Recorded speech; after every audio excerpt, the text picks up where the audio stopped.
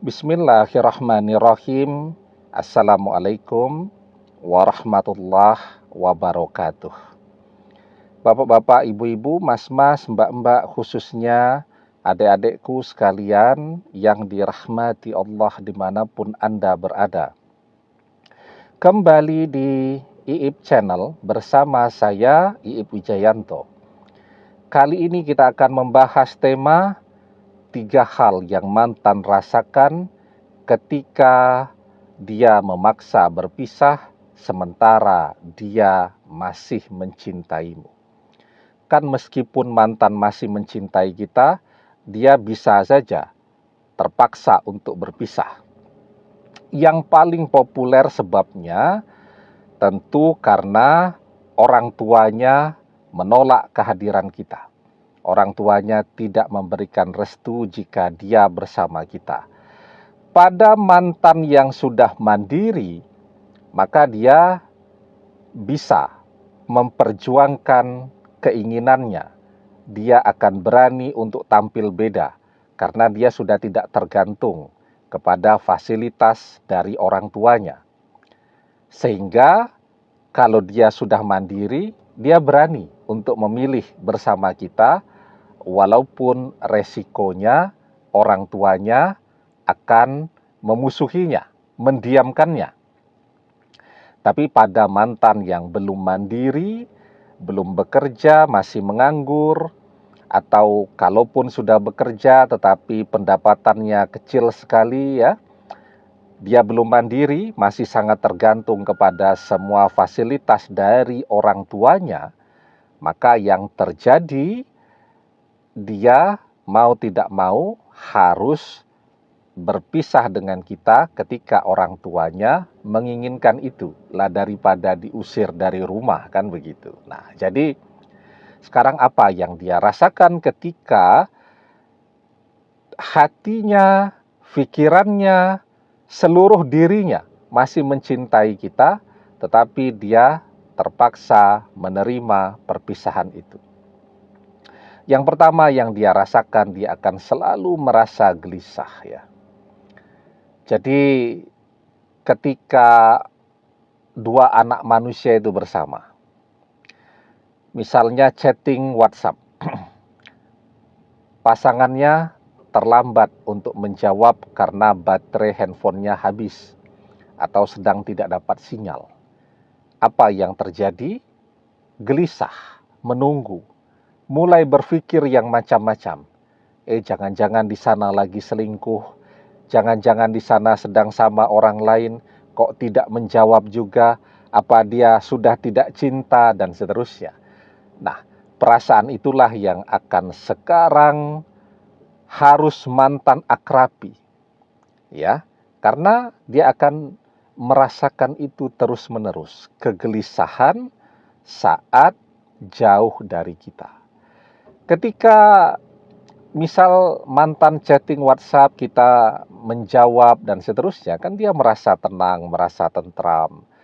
Nah, sekarang dia tidak tahu bagaimana kabar kita dan seterusnya, dan itu akan membuat dia setiap saat merasa gelisah. Kemudian yang kedua, tentu dia akan merasakan rindu, kangen kepada kita ya. Kemarin-kemarin baru berhenti berkomunikasi kalau tidur. Belum tidur pun masih chatting WhatsApp, masih video call, ya, dan seterusnya. Nah, sekarang setelah perpisahan itu terjadi, kan sudah tidak bisa tuh. Sementara yang namanya rasa rindu, orang berusaha untuk mengobatinya misal dengan melihat foto, ya bisa sih sedikit. Melihat video saat masih bersama, video sedang jalan, sedang makan-makan, dan seterusnya. Bisa mengobati rasa kangen itu, tapi sedikit. Tapi rasa kangennya akan jauh lebih besar daripada yang bisa diobati tadi. Nah, sehingga setiap saat dia akan merintih, merindukan kita. Apalagi kalau dia sedang sendiri. Kalau masih ada teman ngobrol, curhat, dan seterusnya, masih agak mendingan. Tetapi ketika dia betul-betul sendiri, maka rasa kangen itu akan membuat dia merasa sangat menderita. Ya. Kemudian yang ketiga, yang dia rasakan adalah kehampaan. Selama ini kan ada kita yang mengisi hatinya. Sekarang dia memaksa kita untuk keluar, maka hatinya akan terasa hampa. Dia akan menjalani hidupnya dalam kekosongan, ya. Dan hampa itu rasanya betul-betul tidak enak, ya. Orang yang hatinya hampa itu dia berjalan seperti seseorang yang tidak memiliki tujuan hidup. Nah, maka 3 perasaan itulah yang akan mantan rasakan setelah memaksa berpisah dari kita. Maka kalau perpisahan itu membuat kita menderita, sesungguhnya perpisahan itu juga membuat mantan jauh lebih menderita lagi. Nah, sekarang kalau kita memang masih mencintai dia dan kita tahu persis bahwa hambatannya adalah restu dari orang tuanya, maka yang perlu kita lakukan adalah menaklukkan orang tuanya. Apa yang membuat orang tuanya menolak kehadiran kita?